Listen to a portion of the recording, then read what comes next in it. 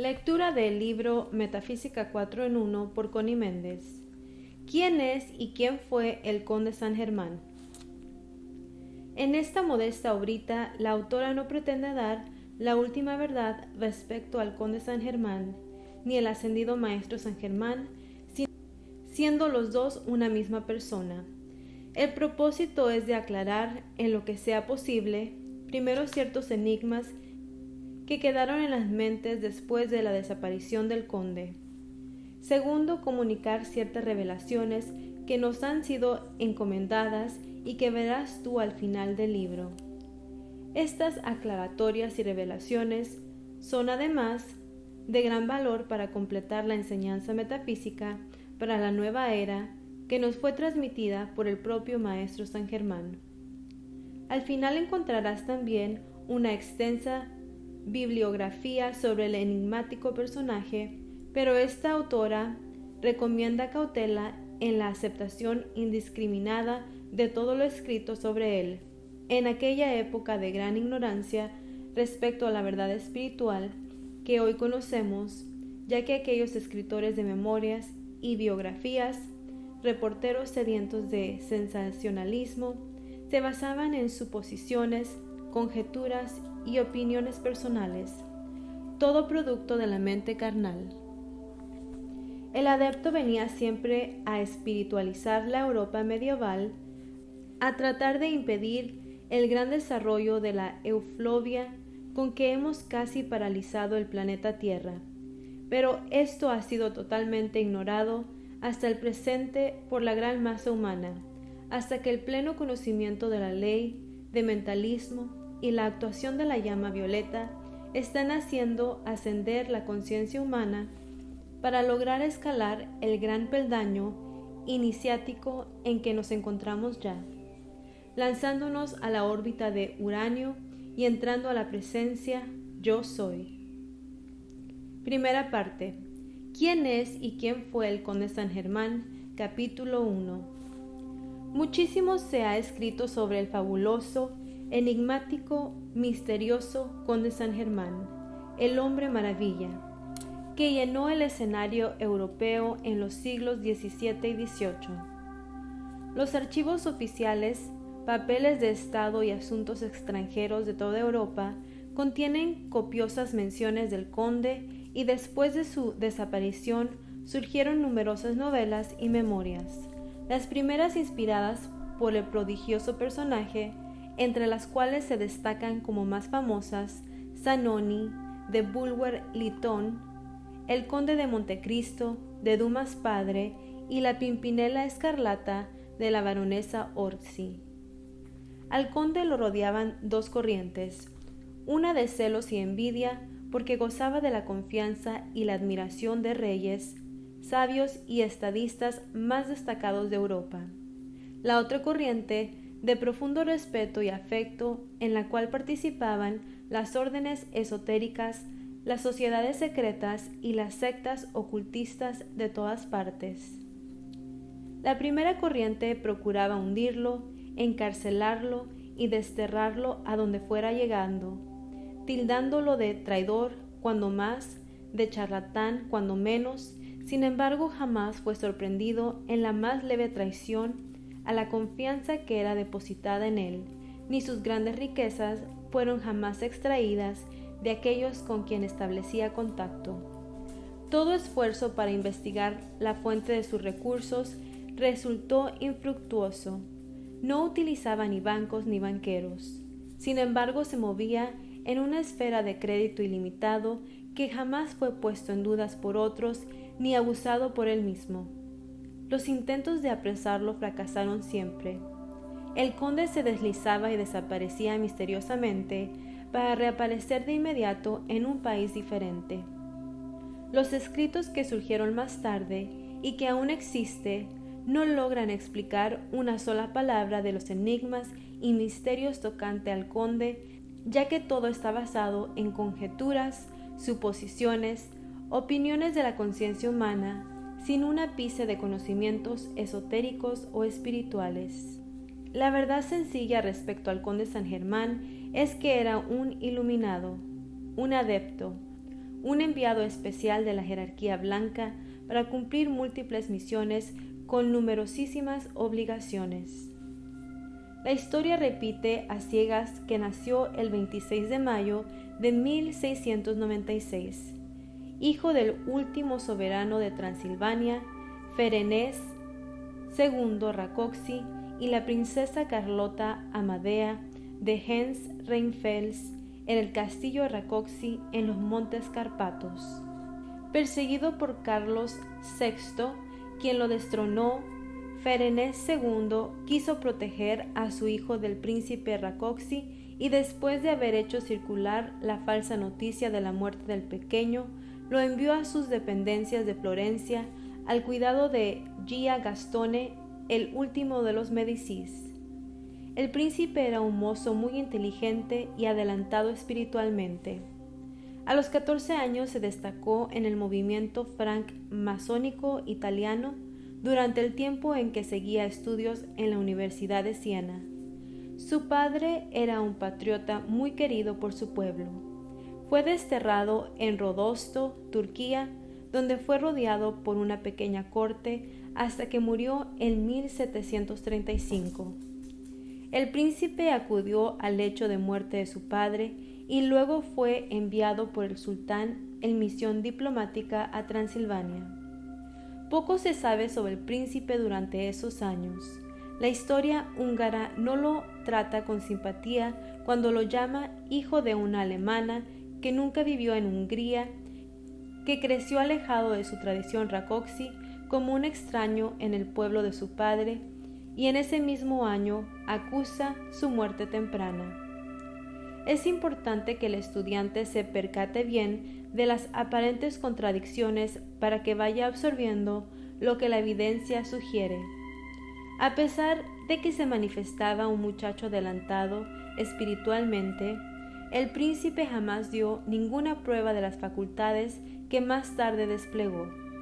Sin embargo, en el año 35, a la muerte de su padre, cuando lo iba a reclamar el pueblo y la corte de Hungría, comienzan ciertos manejos extraños que pronto iban a dar que hablar y sin explicación posible para los testigos. Por ejemplo, en los mismos momentos en que muere Ferenc II, su hijo, el príncipe Rákóczi, es visto en Holanda, estableciendo contacto con Sir Loan Rosacruz, prominente y presidente del Royal Society de Londres. Cuando el sultán lo está utilizando en Turquía, el príncipe es huésped del Shah de Persia.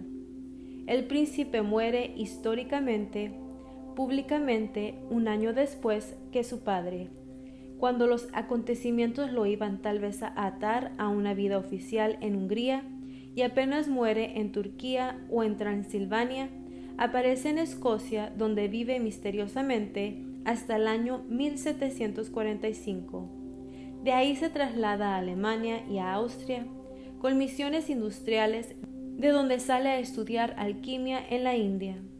No vuelve a aparecer hasta el año 58, donde establece contacto con el mariscal Belle del ejército francés, pero en todos estos años ha actuado bajo los nombres de Marqués de Montferrat, Conde Belamer, Caballero Schoening, Caballero Weldon, Messier de Surmont y Conde Soltikoff. Ha llegado el momento de comenzar su misión en París y se da a conocer por el mariscal Bell con el nombre de Conde de Saint-Germain. El mariscal Bell lo lleva a París, lo presenta a Madame de Pompadour, quien a su vez lo presenta al rey de Francia, y comienza a desplegarse la magia desconcertante del conde Saint-Germain. Desaparece para siempre el príncipe Rákóczi, aunque la historia dice que para justificar su noble alcurnia ante el rey, le dijo en secreto su nacimiento y procedencia, lo cual fue de inmediato aceptado por su majestad. Habiendo nacido el príncipe Rákóczi en el año 1696, cuando en 1758 llegó a París, contaba 72 años, sin embargo representaba solo 30 años de edad. El mundo veía en él un joven y noble señor de modales exquisitos, de gran dignidad, de impecable cortesía. Su porte era militar, delgado y de mediana estatura. Su cuerpo era asombrosamente bien formado. Sus manos delicadas, sus pies pequeños, sus movimientos elegantes, su cabello era oscuro y fino, sus ojos pardos. Una de sus biografías, la condesa Adhemar, no se cansaba de ponderar: «¡Qué ojos! Jamás los he visto iguales». Todo en él lo revelaba perteneciente a una muy antigua y noble familia. Vestía sobriamente, de corte impecable y de las mejores telas. Siempre llevaba medias de finísima seda. Por la magnificencia de sus joyas se le juzgaba inmensamente rico. Se rumoraba el crédito ilimitado de que gozaba en todos los bancos del mundo y se cuchicheaba el lujo fastuoso en que vivía. Se aseguraba que ostentaba 2 valets de pie y 4 lacayos uniformados en color tabaco con galones de oro. Se comentaba su gran colección de casacas que cambiaba a menudo y hacía eco sus botones, yuntas, relojes, sortijas, cadenas. Se citaba un opalo monstruoso y un extraordinario zafiro blanco del tamaño de un huevo, lo mismo que la variedad de sus diamantes, el tamaño, color y perfección de cada uno. Sin embargo, cosa extraña, nadie podía jamás jactarse de haber sido recibido en la casa del conde. Frecuentaba las fiestas, pero jamás lo vio nadie comer ni beber. El conde Saint-Germain presentaba la invariable compostura, la conducta, el refinamiento y la cultura que caracteriza a los nobles de rango y educación. Todo esto unido a una fascinante conversación, una versatilidad para cambiar de tono y tema, que lo hacían siempre refrescante, inesperado e inagotable. Daba la impresión de haber viajado por el mundo entero y sobre todo de haber asistido personalmente a todo cuanto ha existido en nuestro planeta.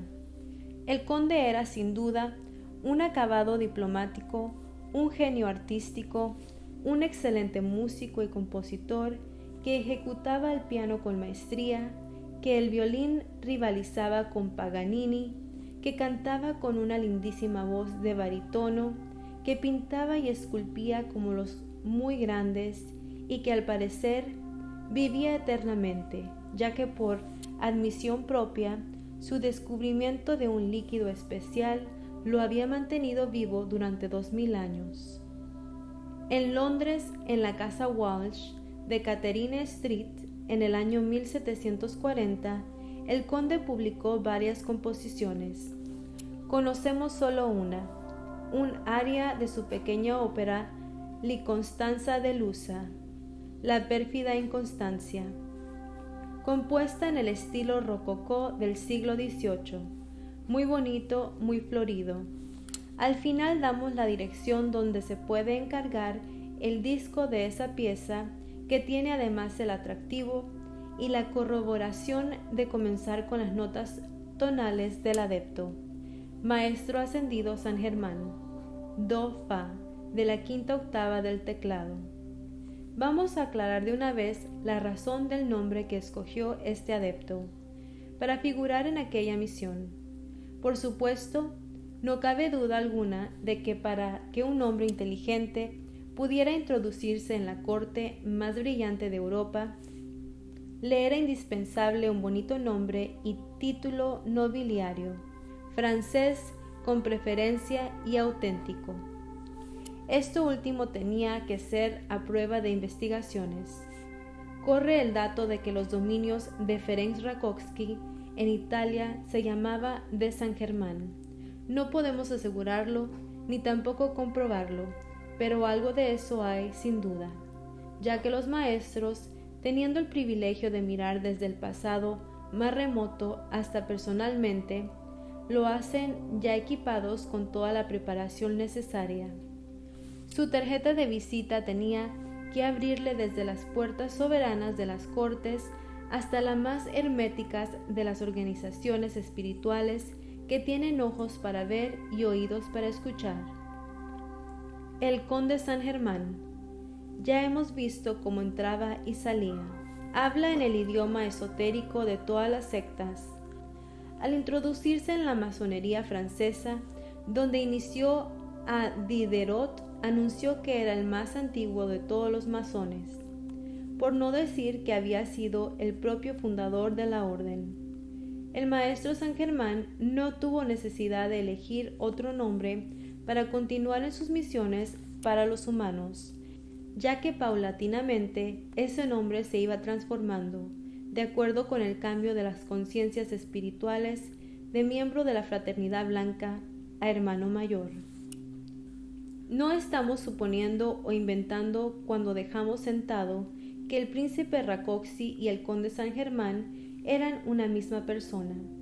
La comprobación la dieron los maestros cuando, a través de la Sociedad Teosófica, fundada por los maestros Moria y Kutumi, vino la siguiente comunicación por boca del tibetano, adepto de la Gran Hermandad Blanca, casi un siglo después de la muerte del conde San Germán. El maestro que se ocupa especialmente del futuro desarrollo de Europa y despliegue mental de América es el maestro Rákóczi. Es húngaro y tiene su morada en los montes Cárpatos, habiendo sido en un momento dado una figura muy conocida en la corte húngara. También se ocuparon mucho de él cuando fue el conde San Germán.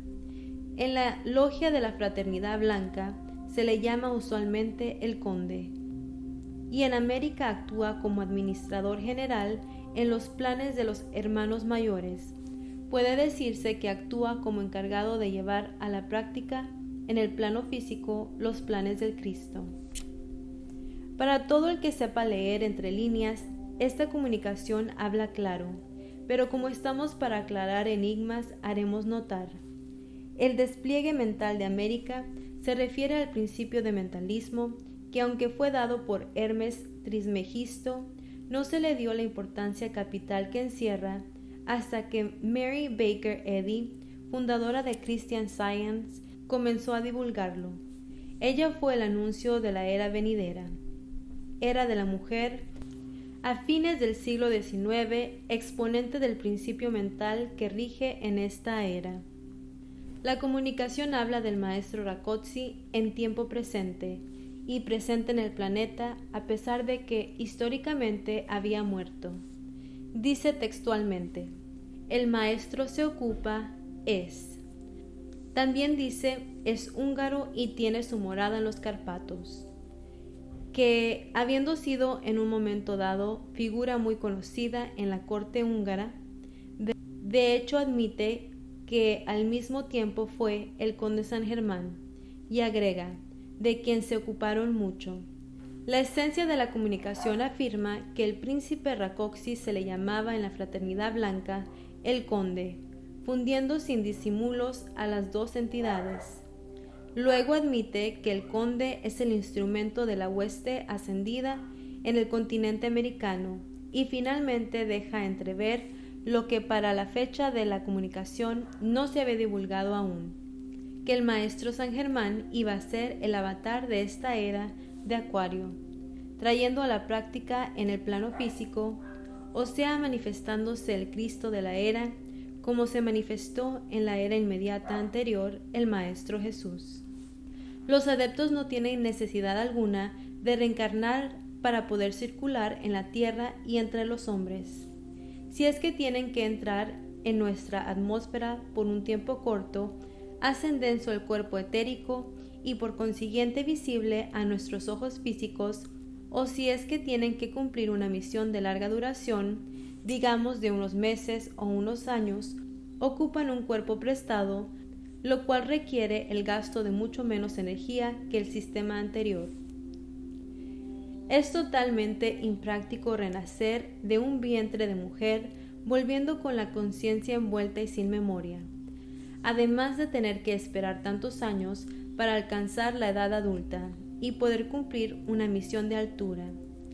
La transfiguración, o sea, la ocupación de un cuerpo prestado, es el trasplante de un espíritu o ego en el cuerpo de un iniciado que esté dispuesto a ceder su cuerpo en vida o en el momento de morir. Este cuerpo ha de ser absolutamente sano y el ego que lo habita tiene que ser adelantado, ya que las altas vibraciones del espíritu que lo ocuparán son muy fuertes. El trasplante se hace gradualmente. Es de suponer que el maestro ocupó el cuerpo del príncipe Rákóczi en aquellos momentos en que se le declaró muerto. Es posible que así le haya aparentado a los que lo rodeaban. Nada de extraño tendría que el maestro hubiera fingido morir, ya que sabemos de otras 2 ocasiones en que así lo hizo.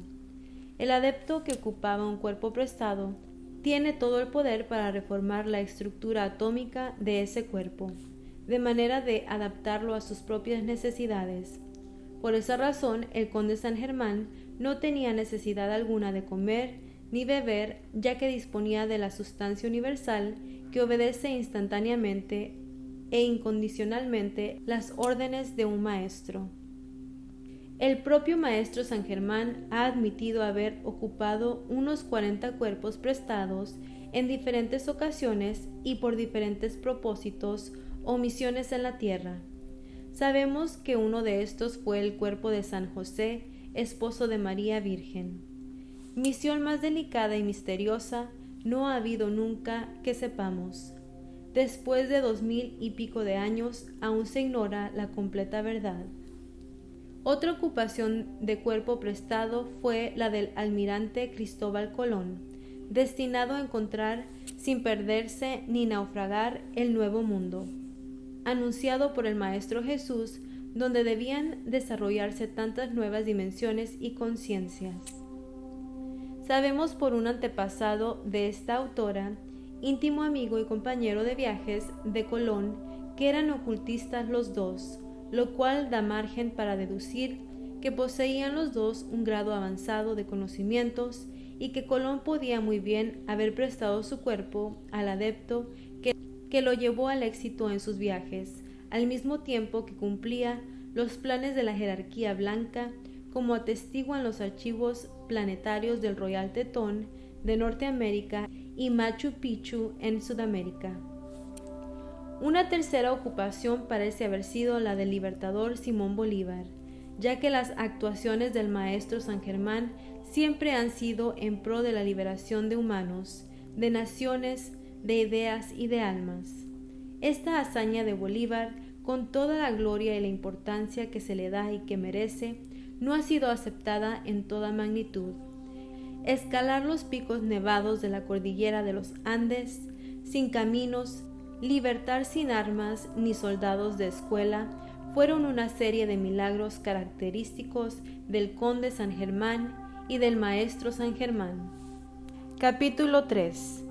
Asombraba a todo el mundo la memoria extraordinaria del conde San Germán.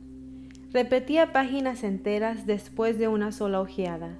Hablaba sin acento alguno el alemán, el inglés, el italiano, el portugués, el español, el francés, el griego, el latín, el árabe, el chino, el hebreo, el caldeo, el sirio, el sánscrito, muchos dialectos orientales, y leía el cuneiforme babilónico y los jeroglíficos egipcios, todo con absoluta maestría. El conde era ambidextro. Podía escribir con ambas manos a la vez. Las 2 mitades de su cerebro eran independientes, ya que con una mano podía escribir un soneto y con la otra una carta de amor. Aunque jamás hizo alarde de sus poderes ocultos, el conde actuaba espontáneamente como un mago blanco, un cabalista, un hermetista, un alquimista, un iluminista, un templario, un gnóstico, un francmasón y un rosacruz. Era clarividente, claroaudiente, viajaba astralmente, etéricamente, cósmicamente. A veces no se le veía en 3 días. Entraba en un trance profundo sin despertar. Esto podía ocurrirle en casa ajena o en la suya propia. El historiador vienés Franz Graefer relata que un día En medio de una conversación con el conde, de pronto lo vio ponerse serio, rígido como una estatua. Sus ojos, usualmente tan expresivos, se hicieron incolorosos y sin vida. Al rato se reanimó. Se puso de pie y, haciendo un gesto de despedida con la mano, exclamó en alemán: «Me verán una vez más mañana. Se me necesita en Constantinopla, luego en Inglaterra. Por ahora tengo que ir a preparar 2 inventos que verán en el próximo siglo, un barco y un tren». Tenía el hábito desconcertante de entrar en la cámara del rey sin recurrir a las puertas. Simplemente aparecía y desaparecía sin disimular su facultad. En las reuniones amenizaba, relatando detalles de sus conexiones con Cleopatra, con Jesucristo, con la reina de Saba, con Santa Isabel, con los cortes de los Valois, con Santa Ana, con la antigua Roma, con Rusia, Turquía, Austria, China, Japón, la India. Tan pronto imitaba a Francisco I como revelaba altos secretos de Luis XIV, y de todo hablaba con mayor aplomo del que desplegaría el propio encargado de negocios de cada personaje. En una ocasión en que relataba un episodio muy remoto, se detuvo con un pequeño aire de confusión y le dijo a su valet de pie: «Fue así el asunto, ¿no, Roger?». Y Roger respondió: «El señor conde olvida que yo solo tengo 400 años con él. Eso ha de haber ocurrido en tiempos de mi predecesor». Por lo cual preguntamos aquí, ¿en qué coloca a Roger con respecto a la teoría del nacimiento en el castillo de Rákóczi? Por supuesto que todos estos prodigios son catalogados por la humanidad corriente en términos de magia, blanca o negra, según sea buena o mala, pero como todo tiene una explicación perfectamente natural y los seres humanos heredamos el mismo derecho legado por el Padre, Divino Creador nuestro, será bueno que se aclare el misterio de cada una de las anteriores enigmas. Cuando el ser humano alcanza su última encarnación en la tierra, se dice que es candidato para la ascensión. La ascensión ocurre porque la persona se ha desprendido de todas las ataduras con el planeta Tierra y con sus familiares, y al lograr limpiarse de toda la energía negativa, va llenando sus células de luz. Llega el momento en que la magna presencia Yo Soy lo atrae hacia ella y lo extrae de la tierra. Se ha vencido la gravedad de la tierra. En ese momento, el individuo tiene la oportunidad de escoger la gloria o continuar ayudando a sus hermanos humanos. Es el momento en que el subconsciente vacía su contenido y el ego recuerda todas sus encarnaciones pasadas sin sufrir molestia alguna. Además, recupera todas sus habilidades adquiridas y todos los idiomas que habló a todo lo largo de su corriente de vida. Puede disponer de sus tesoros en el cielo, o sea, de todo lo que contiene su cuerpo causal.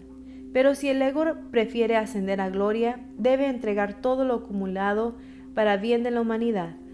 La memoria extraordinaria no es, pues, sino la facultad natural de mirar hacia atrás y leer como en un libro o ver como una película lo que venga en gana en el pasado sin el velo de Maya. El ser ambidextro no es otra cosa que el haber sido zurdo en otras vidas. Es una habilidad adquirida y por lo tanto el individuo puede escribir con ambas manos. La facultad de aparecer y desaparecer sin recurrir a las puertas es condición de los cuerpos astral y etérico. El saber proyectarlos fuera del cuerpo físico se puede lograr con estudio y práctica. En vida del cuerpo físico, este se deja dormido en un lecho mientras se viaja.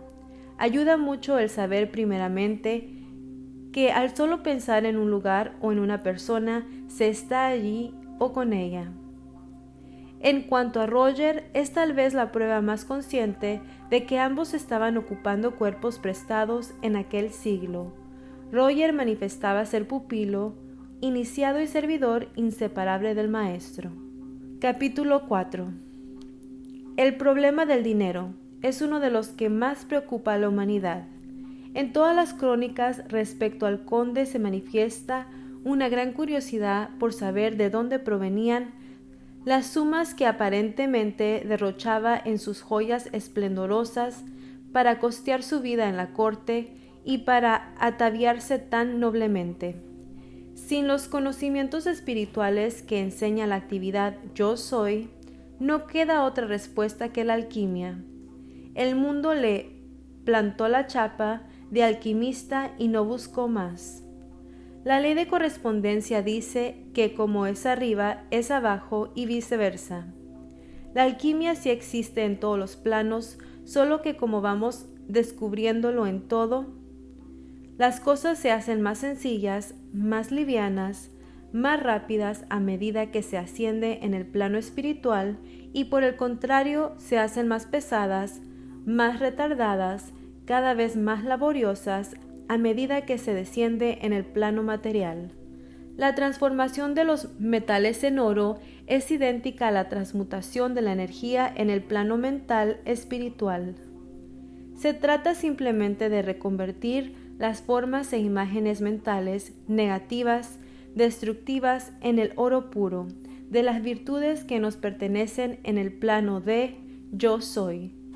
Cicerón dijo que la filosofía es el conocimiento de las cosas divinas y humanas, y de sus causas y principios. Aplíquese esta dualidad a la idea de la piedra filosofal, que transmuta los metales en oro, y se verá muy claro que no se trata sino de un estado de cosas totalmente abstracto y nada físico. La piedra sabemos en metafísica que es la fe. Filosofía es la sabiduría pura, exacta, el filo de la navaja. La alquimia es, pues, primero espiritual y muy al final material, pero no se puede aprender de abajo para arriba.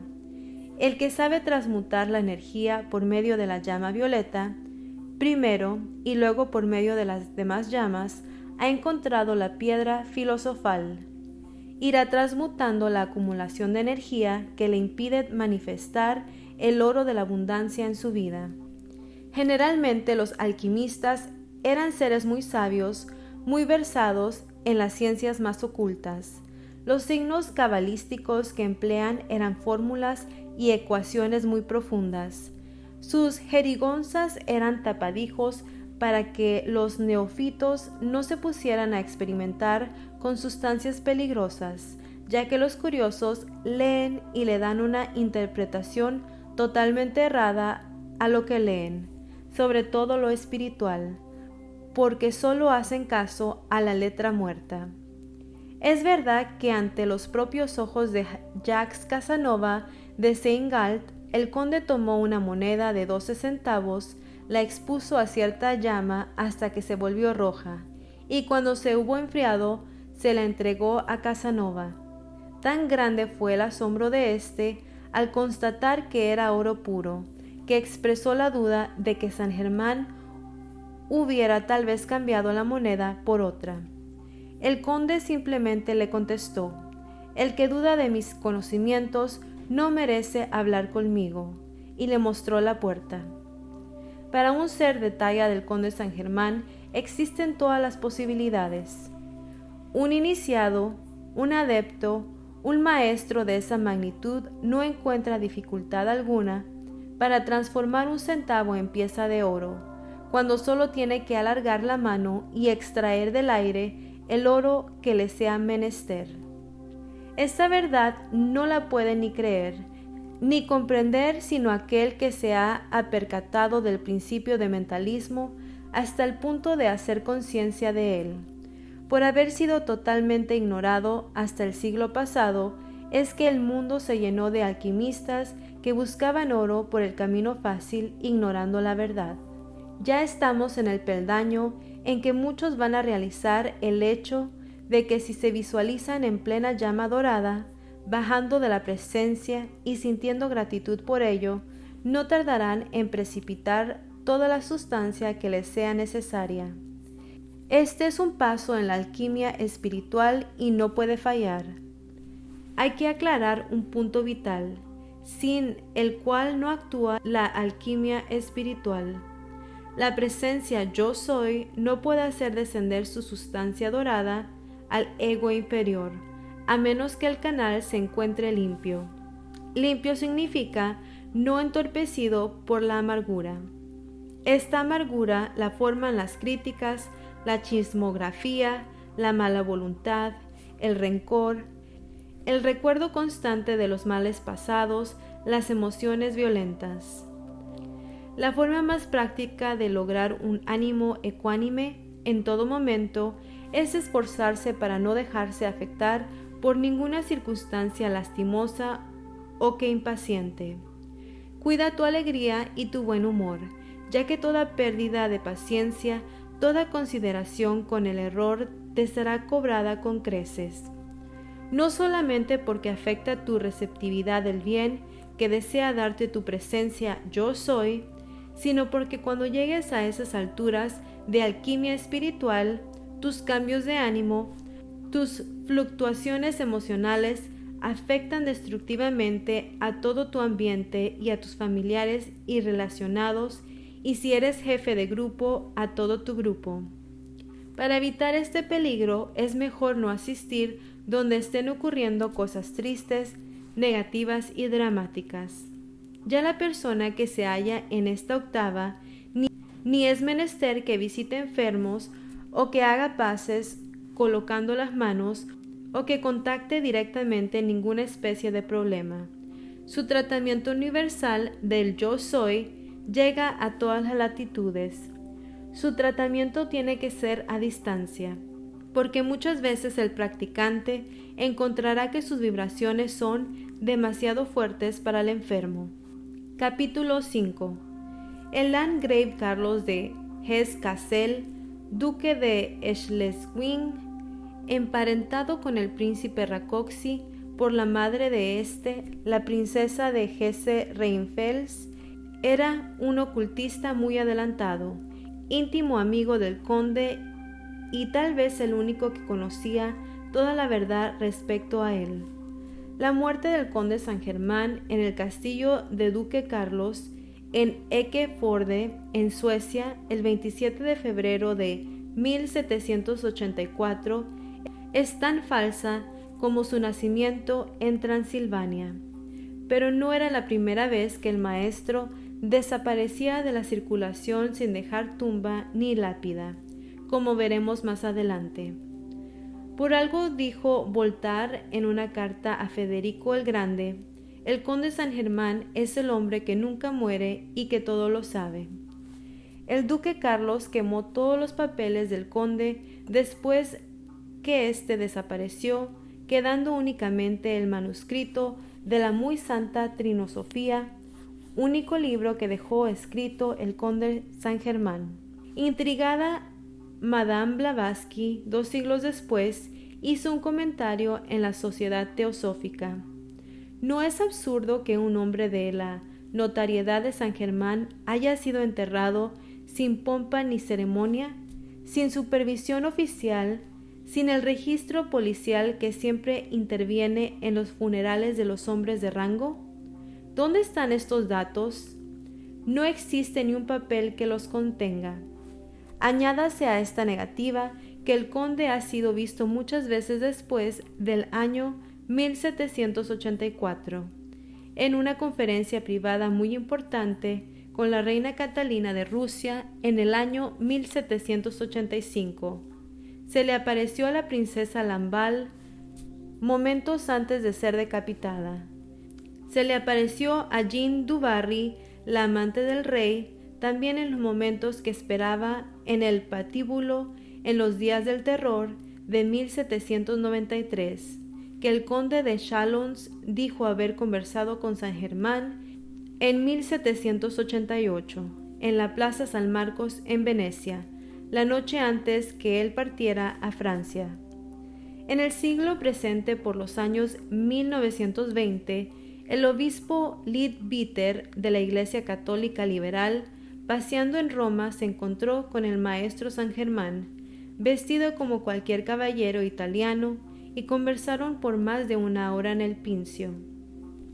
En los libros de San Germán Foundation titulados Misterios develados y la mágica presencia, hay múltiples ocasiones en el que el maestro apareció, desapareció, convivió, conversó y enseñó a los altos personajes de la mencionada fundación. Hasta hace poco, muchos videntes aseguran haber visto al maestro San Germán en sus visiones psíquicas, pero hace algún tiempo que nadie lo ha vuelto a ver. Esto es porque le fue ofrecida una nueva ascensión a un plano mayor, donde goza de mucho más libertad para sus funciones de avatar de la era. Sin embargo, el señor Maha Chohan dijo en una comunicación muy reciente que el maestro le hace falta el contacto con la parte física que antes tenía. La llama violeta, que antiguamente era desconocida, ahora forma parte de nuestra enseñanza porque el maestro la ha traído como regalo suyo al planeta Tierra. Esta llama era exclusivamente aplicada a los egos que estaban a punto de ascender, o sea, en los retiros espirituales. ¿Quién es el maestro San Germán?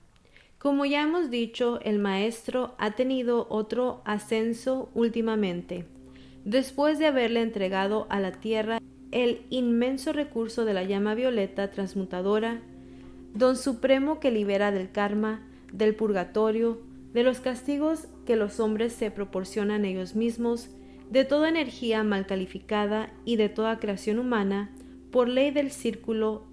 El maestro recibe su merecimiento, el cual ha sido en este caso el título de el Dios Libertad. El que fue maestro San Germán dijo en una comunicación anterior: mi nombre se desintegró con mi pasado, y hoy ha dicho: yo soy el sol de la libertad y es mi privilegio expander la causa de la libertad en el plano tierra. El Dios de la libertad no fue terrícola, es originario del planeta Urano. Los uranios son andróginos, no se dividen en llamas gemelas ni en complementos para evolucionar separadamente.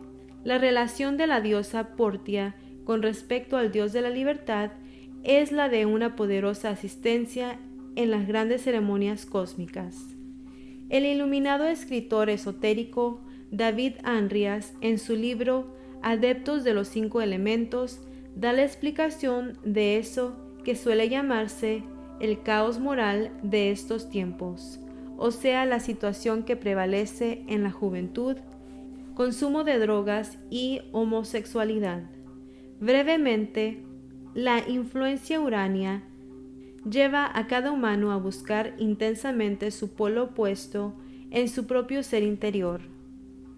Momentáneamente, o sea, mientras se limpia la humanidad de toda la acumulación de energía destructiva que la cierne, impidiéndole ver la verdad, mientras ella busque su todo exteriormente, ella interpretará esta influencia urania que ella siente pero que no comprende, en términos de que el polo opuesto radica en otro ser, con preferencia en un ser de su mismo sexo, en lugar de encontrarlo dentro de sí. Andando la era, y como ya se ha dicho, al ir quedando limpio de la efluvia negativa, la humanidad irá viendo claro la verdad del ser. En cuanto al problema de las drogas, como el planeta Urano es de un gran adelanto, la Tierra siente su atmósfera luminosa, ya que vamos girando rápidamente hacia su órbita. Sus vibraciones estimulan la imaginación y sobre todo el deseo de trasladarse aún más allá, de ensueño y maravillas. Las drogas producen la ilusión de ese viaje. La juventud, siempre precipitada y reflexiva, cree que ese es el camino corto hacia la verdad y se lanza atolondradamente sin darse cuenta de que la droga forma una necesidad imperiosa en el sistema, cada vez más imperiosa, que lleva a la ruina y las tinieblas, anulando la fuerza de la voluntad. Para proceder a la iniciación de la Tierra en su nuevo plano en la órbita de Urano y la vecindad de Venus, había que consumir y disolver la efluvia de energía mal usada y que cubre la Tierra como un palio. Los dirigentes planetarios dieron la orden de permitir el uso de la llama violeta libertadora en la persona del director del rayo séptimo, el ascendido Maestro San Germán. La salvación de la juventud y de una gran mayoría de seres humanos mayores depende de que sea consumida y disuelta la efluvia que hemos mencionado, pues el olvido de lo que somos en realidad, primeramente, y luego la continuada ignorancia de nuestra verdad espiritual, se debe a ese velo que nos impide la evidencia de las glorias que son nuestras por derecho. Deberíamos estar viviendo en la eterna juventud y belleza, la eterna felicidad, sin problemas ni males de ninguna clase, siempre progresando en el reino del Padre, y estamos estacionados porque no vemos otra cosa que lo que nos rodea en el plano físico. Es en vano que los dirigentes planetarios, los maestros ascendidos, las huestes cósmicas y angélicas estén preparados para derramar todos los fluidos, toda la luz que nos sea necesaria para ascender nuestro planeta, si nosotros nos abrimos la puerta para que entren. El permiso tiene que venir de nuestra octava. Si no viene, ni Dios mismo puede intervenir porque no puede romper su propia ley de libre albedrío.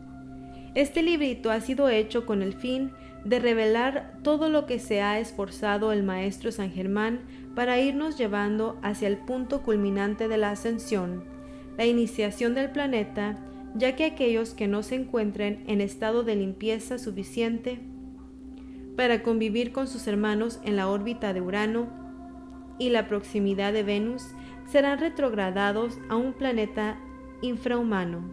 Hagamos lo que está a nuestro alcance para ayudar a limpiar la efluvia.